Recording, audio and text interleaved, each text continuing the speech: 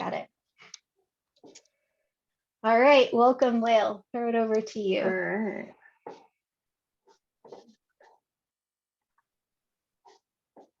All right. That visible to everyone. Can you see my screen? Thank you. Cool. Yes, I am Lael Birch, and we're gonna dive right into this workshop. So this is for teaching the basics of React hooks. It presupposes that you have some knowledge of React. So if you have never done React before, you may be a little confused at some of the explanations. So the first thing you should do as we're getting started is to get this app up and running. So you should clone this repo by copying that and doing git clone and run npm install and npm start.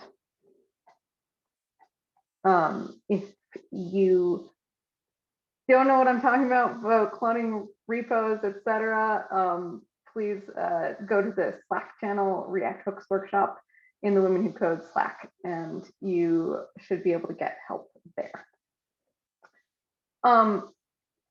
So we're going to start out with and you can follow along in the README of this repo as well. Could someone, Shana, could you put the repo in the chat? Thanks. Yes, will do. Great. So what are hooks? So in the past, React had what are called class components and functional components. And class components did the majority of the heavy lifting. In React, they could hold state, they could hook into the React lifecycle with different lifecycle methods. And functional components, really, all they could do is take props. They could manipulate those props and do some display, but they were otherwise fairly limited. And what hooks do is they allow these function components to now have state, to use side effects, and really become first-class citizens of the React ecosystem. I find that the hook lifecycle isn't quite the same as the React component lifecycle. If you try and think of them as the same as mapping one-to-one, it won't quite work for you. So we're gonna kind of learn them from the basics. The first thing I want to make sure people are familiar with is destructuring syntax, because it's a thing that you'll see a lot in hooks documentation and usage. So there's array destructuring, and that's just if you have an array with two values, you can assign those two values to variables, right? And then if you console log yes, you'll get this yeah. If you console log no, you'll get nah. And that's equivalent to doing this code here. And then there's object destructuring as well. In object destructuring, the variable that's being assigned to must be the same as the key of the object. And same deal. So you'll see that a lot as we go through this. And there's a link to the docs here if you want to know more about it. There's lots of fun stuff you can do there. So the first hook we're going to talk about is use state. This is the hook I use the most. And it does what it says on the tin. It adds state to a previously stateless component. So if I have a component that has a button that does some other stuff, and now I want to keep track of in that component, I want to keep track of how many times the button has been clicked. Before hooks, I would have had to take this component, convert it to a class component, and then I could use state in the class component. I don't need to do that anymore. I can just use the use state hook. And we can take a look at the documentation here. You simply call it with a default value. And what you get, what it returns is an array. And that array has the value that of this piece of state and a setter to set this piece of state. Use state can be called multiple times. So when you're doing a class component, your state is usually an object, right? And you change the various parts of that object. In hooks, you're just going to have various calls to use state for each piece of state that you need. If it gets much more complicated, you might want to use a different hook called use reducer, which we're not going to quite get to today. So where do you use state? Any functional component that needs to preserve state through re-renders. It can be called multiple times in one function. And generally it's, as I said, it's used multiple times rather than using an object for it and setting things in the object. It takes one argument, the initial state. The initial state can be anything, a string, a number, an object, an array, anything you want. I talked about the return value a little bit. You do want to give, you can set these, using destructuring syntax, you can set these variables to whatever names you want. I do recommend setting them to useful names, right? So if I want a state that keeps track of dog names, I'm going to call it dog name, and I'm going to call this set dog name. And there's two ways of setting state. You can call set state directly with what you want to set it to. So you can just set the state to Floofster, and then dog name will be Floofster. But if I need to keep track of the previous value, then I want to give it a function. And so then I'm going to set state, and I'm going to take the previous dog name, which is given to me by the set state function, and I'm going to add Junior to it. So we are going to jump right in and start using this. So if you open up your app, there's an example component here. So if you look in, if you have the repo open in your editor, you can look at this stateful button. That's an example of how to use the use state. So my example here has two buttons. It has this one that uses this function to set the ticker up one, and it has a clear button that just simply sets things back to 0. So that's this example here. And this is my app running on localhost 3000. So the first thing we're going to do is go to the to-do folder and open up kitten votes. And if you go to your app and click on use state, there's this kitten votes component. And what you want to do is display the vote counts and give buttons for each kitten so that people can vote for these kittens. So your use state calls are going to go here, and your buttons are going to go where the comments are.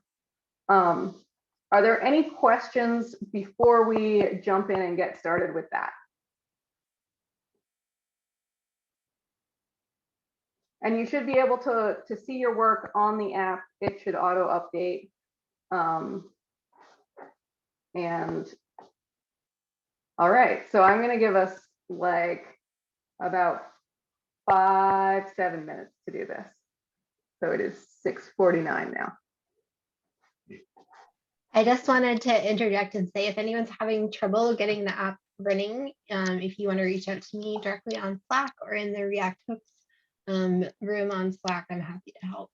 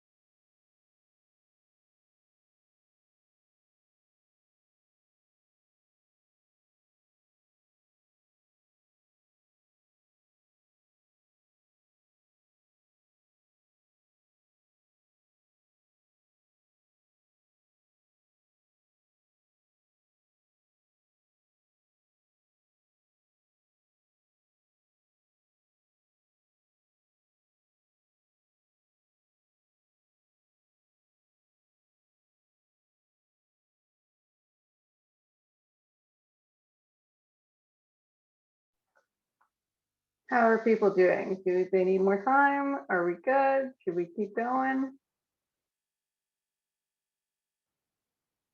All right, I'm gonna keep going unless someone tells me in the chat that I should stop. Great. Okay. So hopefully you ended up with something like this, where we can vote for our kittens and maybe clear them and do some fun stuff. So how do we get there? The way I would usually do this is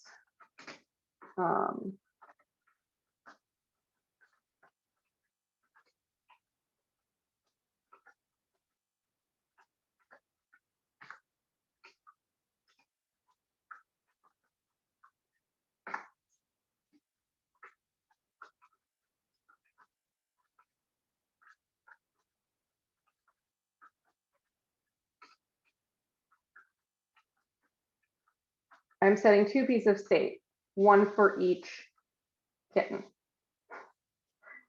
Sorry, I get a kick out of having them be kittens. I'm going to give this button a class so that it doesn't look terrible.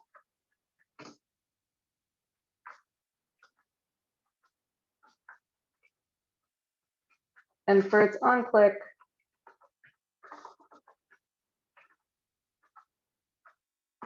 I'm going to set the state. This one is set meowser clicks. And I want to do the thing where I'm using the previous state so that I don't end up in a weird place with the previous state.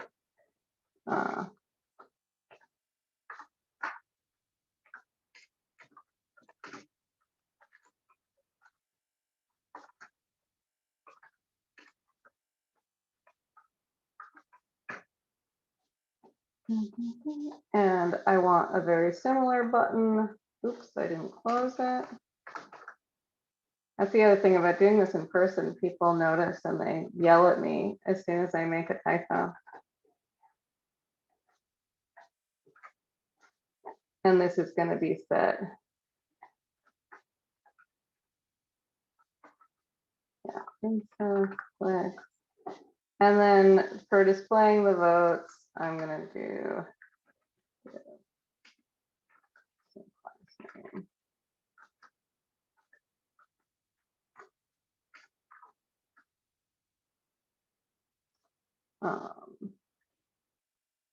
oh, we already have this.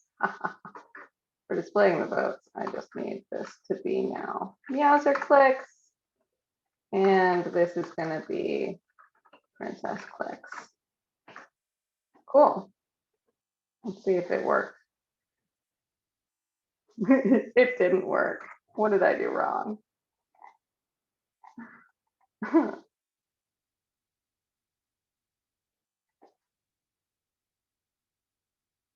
Someone can catch what I did. I probably need this to be that because it is setting state. If I just have it like that, it's setting it every time it's re-rendered, and then it re-renders infinitely. There we go. My buttons need to say something.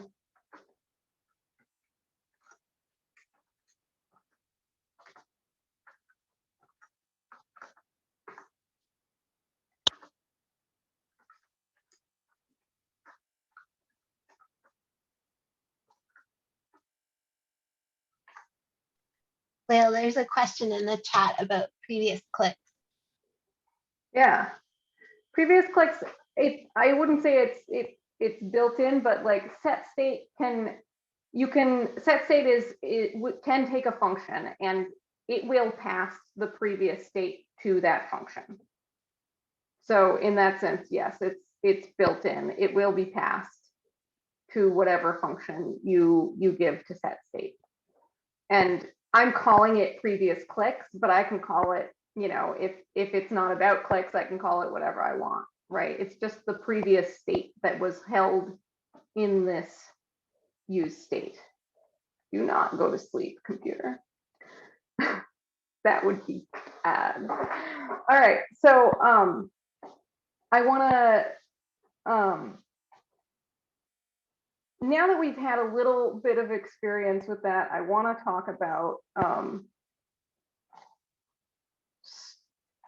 some of these basic things. First of all, like at the end of the day, hooks are just functions. It's a special kind of function. It's a function that's a closure that tells React when to run that function. And different kinds of hooks get called at different points in the React lifecycle, but it's just a function. It's not magic, it's a function. So I want to talk about some of the differences between functional components and class components. Obviously, as you know, like function components can't access directly the lifecycle methods that we're used to. Component did mount, component did update, component will unmount.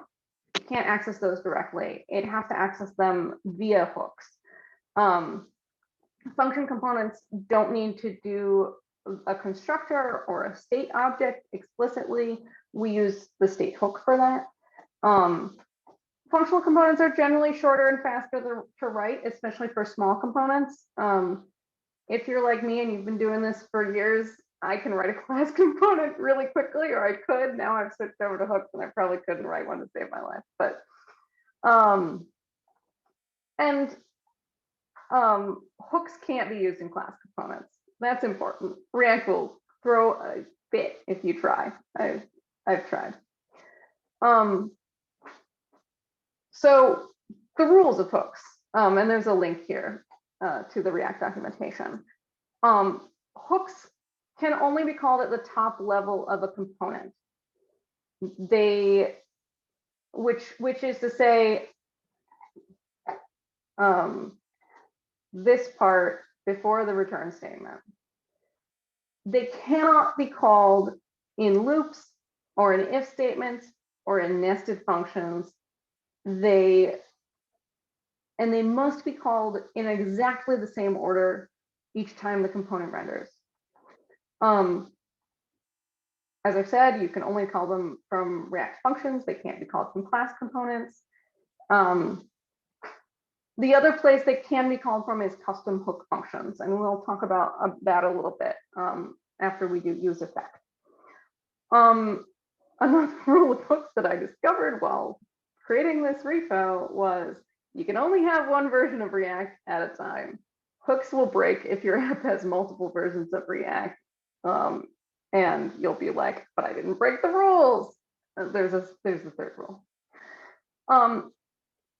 So you may be asking at this point, why? Why can't I have loops? Why can't I have if statements? Why can't I have nice things?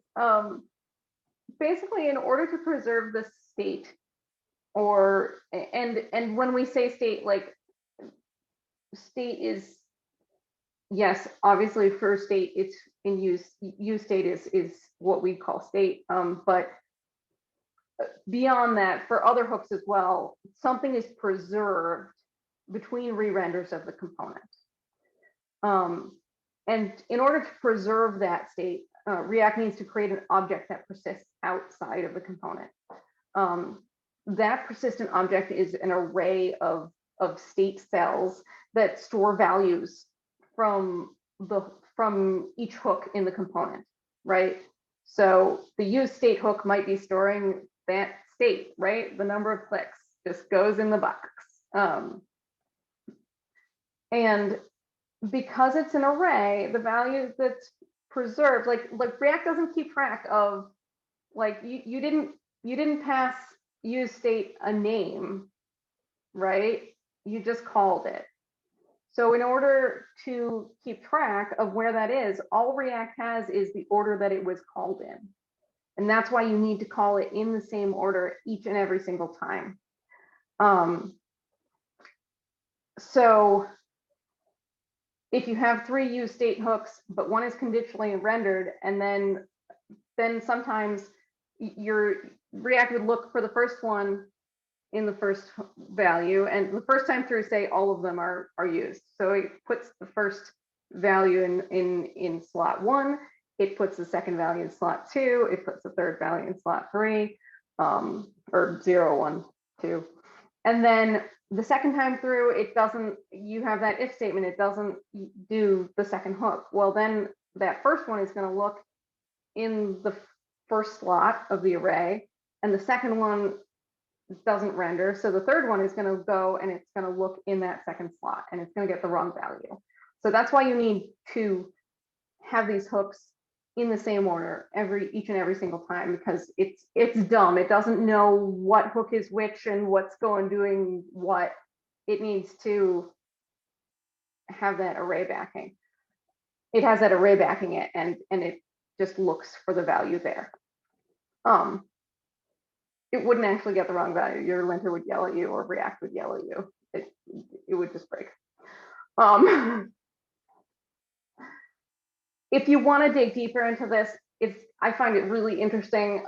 There's a lot going on here. It's closures within closures, which are the happiest functions of all. And it is more than an array that's backing these, but I don't want to dig too deeply into that right now. So we're going to talk, the next thing we're going to talk about is the use effect hook. So use effect, like suppose we need to make we've talked about having state, but sometimes you want to make an API call to get some data in order to set your state. And that's where use effect is the most useful. So in general, like the lifecycle methods it replaces are component did mount and component did update.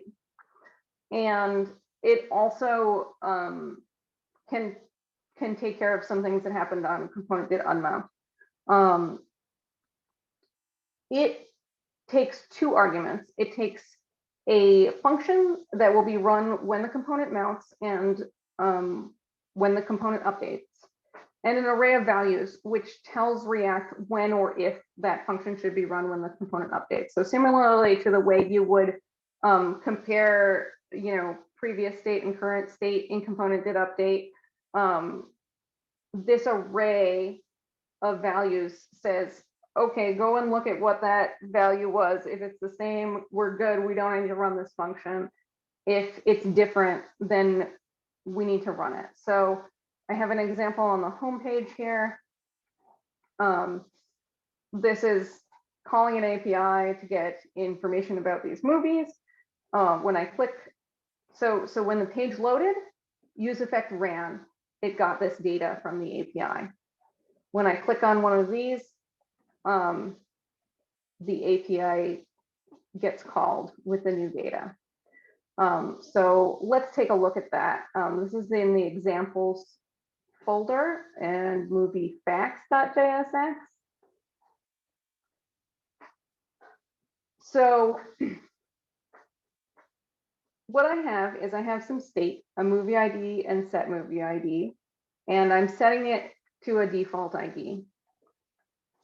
And then I have my movie and a set movie function. And that's the state that movie state here is what's being used for the body of the card with the title and the director and the release date. And movie ID is being used when I click on the link, I'm setting the movie ID to the movie ID of the movie in question. And so that's where use effect comes in. And I want you to ignore these lines for now. So comment them out. So basically, my function is, it's an anonymous function, It calls my Ghibli API service to get the movie based on whatever the movie ID is. And then when it gets the data back, it sets the movie to that data, and then that data is displayed. I also console logged it just to so I could see it. So that's the very basics of it. And then here's my array. And my array says you should rerun this effect when only when the movie ID changes. If anything else changes, any other state, any other props, you don't need to run this again. And that's important because what happens if I take off this movie ID, then what I'm getting in my network tab, what I'm probably getting is, yeah, too many rebranders. Hold on, let me see.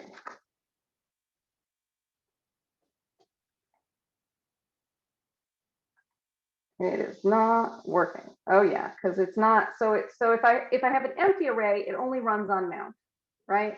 It runs on mount and then it stops. So then my clicking doesn't make a difference because I haven't told it about movie ID being the important thing that needs to trigger this API call.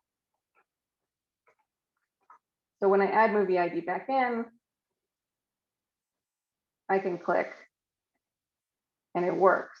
If I take this array away entirely, then what happens is I'm getting infinite calls because nothing is stopping this. This says every time the component updates, it's going to run, but when it runs, it's updating the component by setting the movie.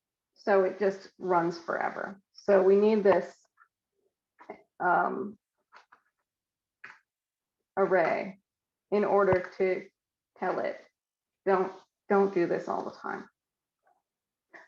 I'm going to explain this let mounted thing very briefly, but we're not going to, don't let it bog you down.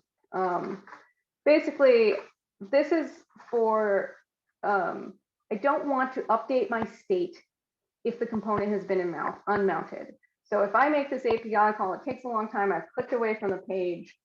What would happen without this mounted thing is then it would set the movie data. It would try to set the movie data on a component that's no longer mounted, and I would get an error.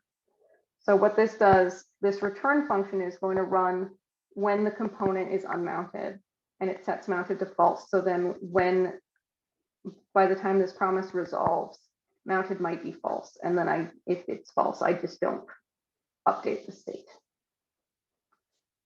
I'm going to go back to my README for a moment. And that's what's called a cleanup function. So yeah, similar to component will unmount. Well, there's a question in the chat. Yeah, you can add more items to the array. The array can have as many items as are relevant to your function.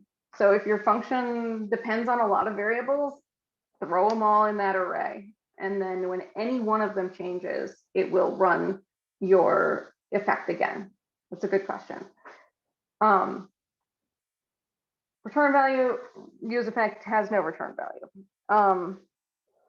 So we're going to do another little exercise. This one is in example/movie facts.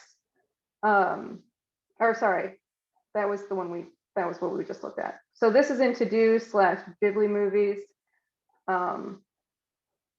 And what we're going to do is, what you're going to do is use the Ghibli API service and get movie list in order to fetch the movies, and then they'll be displayed in this movie table once you have set them.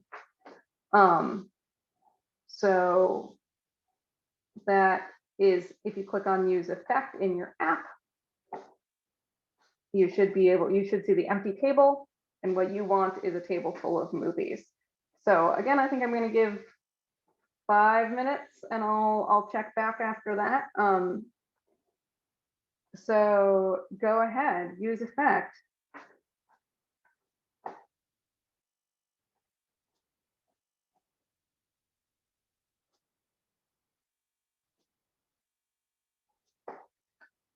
Ah, Studio Ghibli is an anime studio. They made Princess Mononoke and My Neighbor Totoro and various movies that you'll be able to see once you get this running.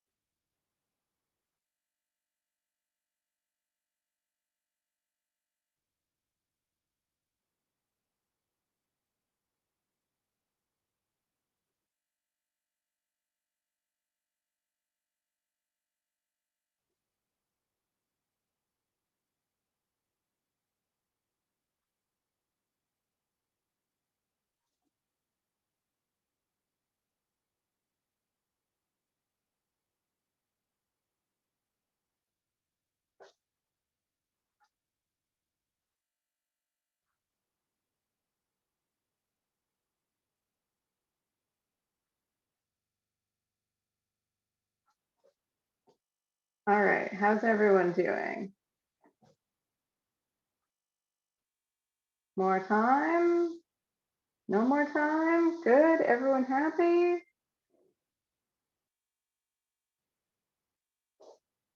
All right, unless people say in the chat that they want more time, we're gonna go over it.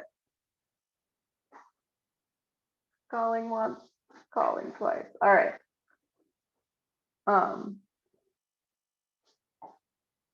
So in order to set this up, I am going to do use effect. I will pass it an anonymous function and an array.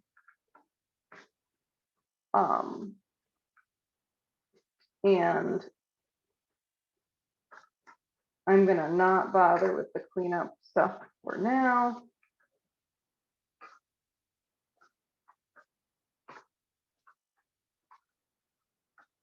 So I'm gonna call my API, I'm gonna get my data.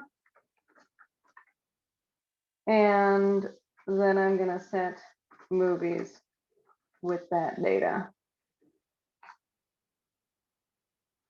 And that's about it. I don't need to put anything in this array because there's no reason to update this particular one. It just needs to run on mount. Let's see if it works. Hey, all kinds of movies I didn't even know Studio Ghibli made. That is the basics of use effect. Any questions about that? The next thing I want to talk about here is custom hooks. When I first started doing hooks, the idea of like writing my own hook was terrifying because I was like, there's a ton of magic that's going on here. I don't know what it is. I don't know what it's doing. I can't do that. But writing your own hooks is really quite easy. They are just functions that call other hooks.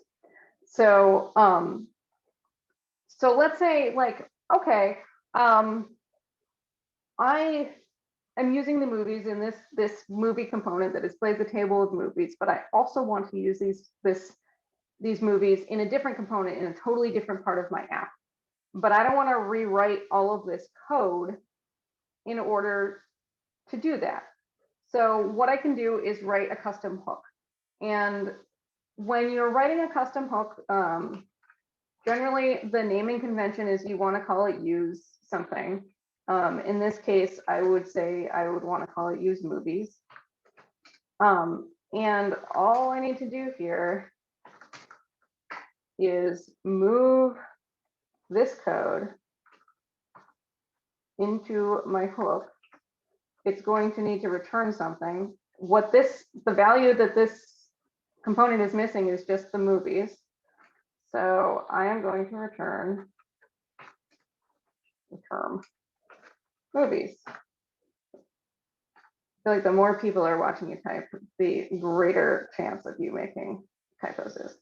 And over here, I just say const movies equals use movies. And we're set. We've written a custom hook that gets our movie data for us and can be exported and used in any function anywhere in our app. Still works. Always happy when it still works. Cool. Questions about custom hooks?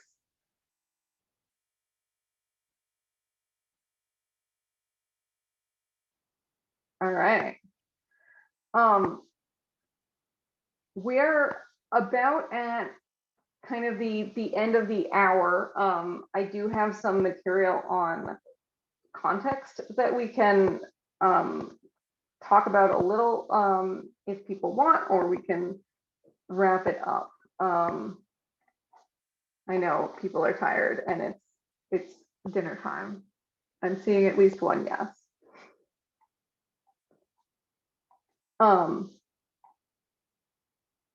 Cool. All right. I will talk about context for a little bit. Use context. The docs are here. So basically context is if I have some state in one component, but I want to share it across multiple components or multiple parts of my app, that's when I use context starts to become useful. So instead of moving state up the component tree and drilling down props, we can move state into context, and any component that needs that state can get it via the use context hook. So if I wanted to create an app where on one page I report the amount of cookies I've eaten, and on another page I can click on the cookies to add to the cookie count, I can wrap both components in the context provider and use the use context hook in each one to access that shared state, which is the cookie counter.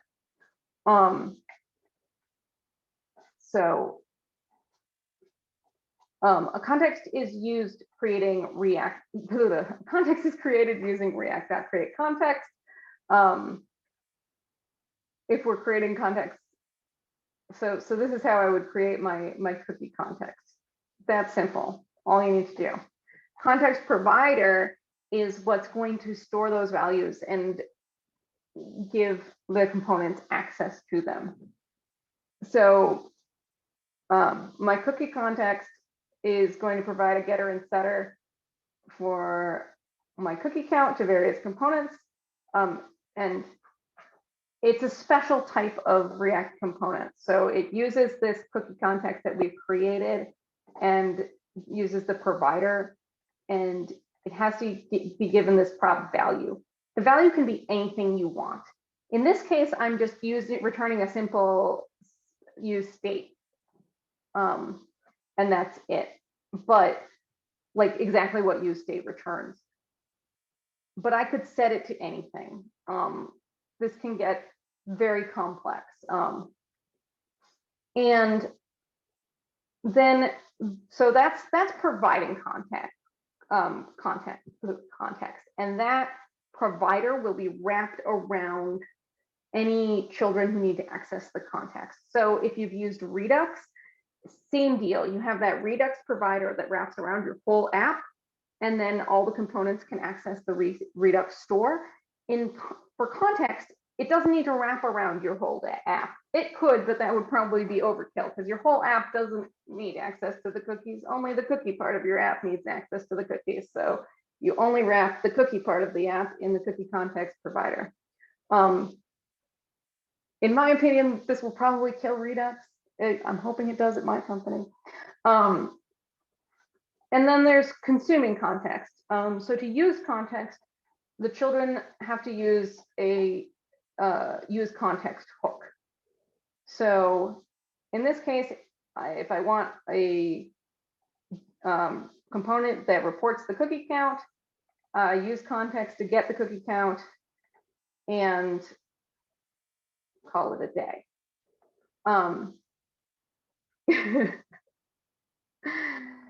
So we're going to do an example together for use context. And this is in to-do/2 buttons.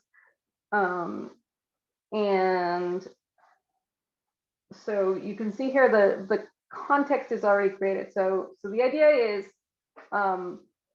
we want to have some,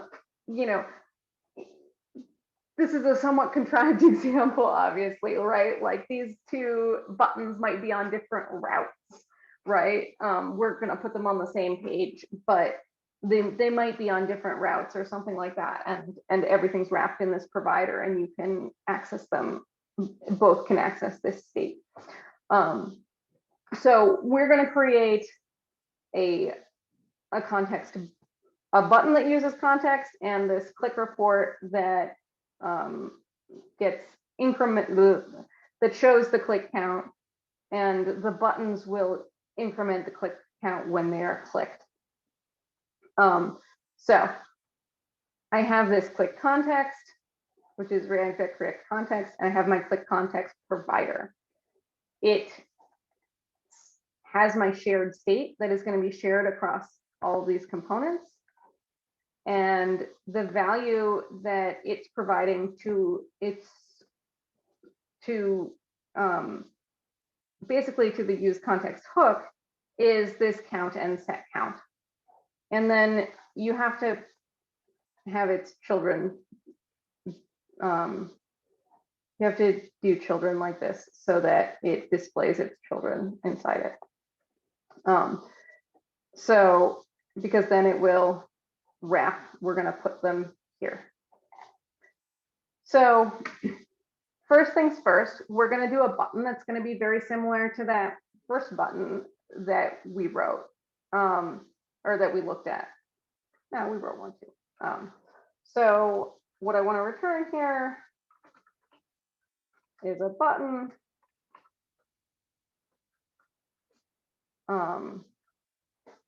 Sorry, I forget my. That on click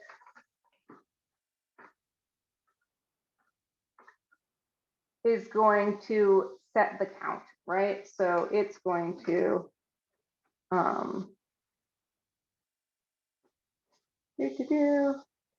set count.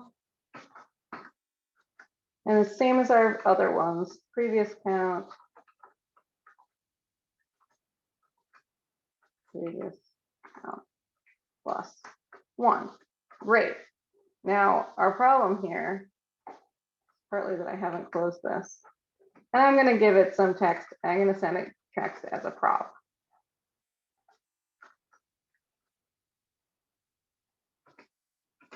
Now, my problem here is that this button doesn't have the set count function, and that's where my use context hook comes in. So I can say const count equals, or nope, I don't want count, I want set count. Use context. Put context.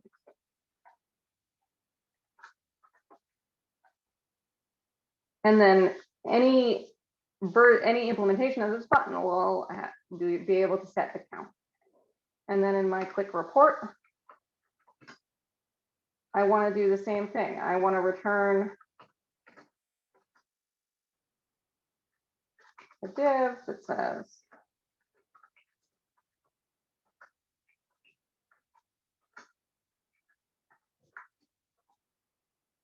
and we need access to the count. And so we're going to do the same use context here. Const count use context. The context. Oh. And then we're going to put them into our provider. So I will say click report. And I feel like context has some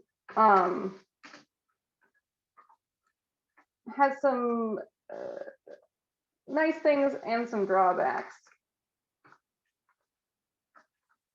The nice thing being that, like, I find this to be very clean. I'm not passing any props to click report, right? On the other hand, it can kind of, if the context provider isn't in this exact component, it might be a level up and you can't see it. And then like you're looking at this, like, where is this data coming from? I have no idea. So until you get used to it and where to look for things. And the disadvantage versus Redux there is that context is a little harder to introspect. Like there's really good dev tools for looking at the Redux store, and that doesn't exist for context yet. I think I saw there's some dev tools that I need to investigate, but so far it's not as nice to introspect.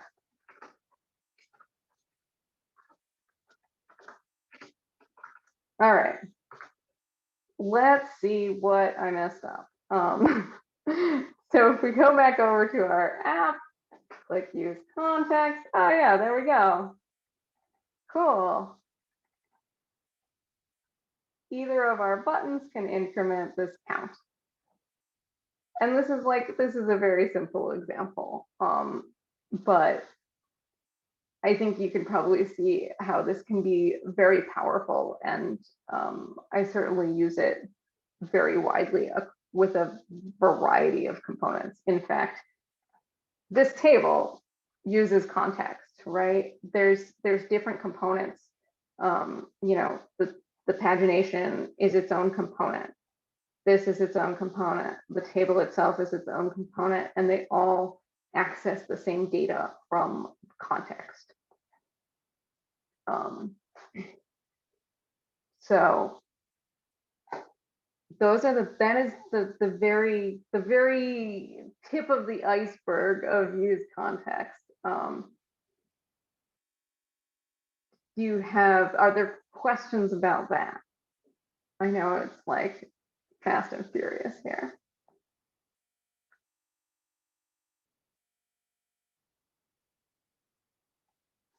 Cool. Well, that's all I've got for now.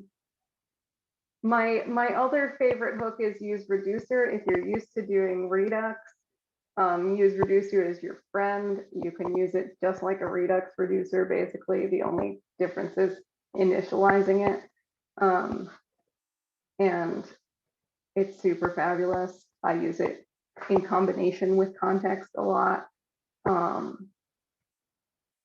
Yeah, that's what I've got. Thanks for coming.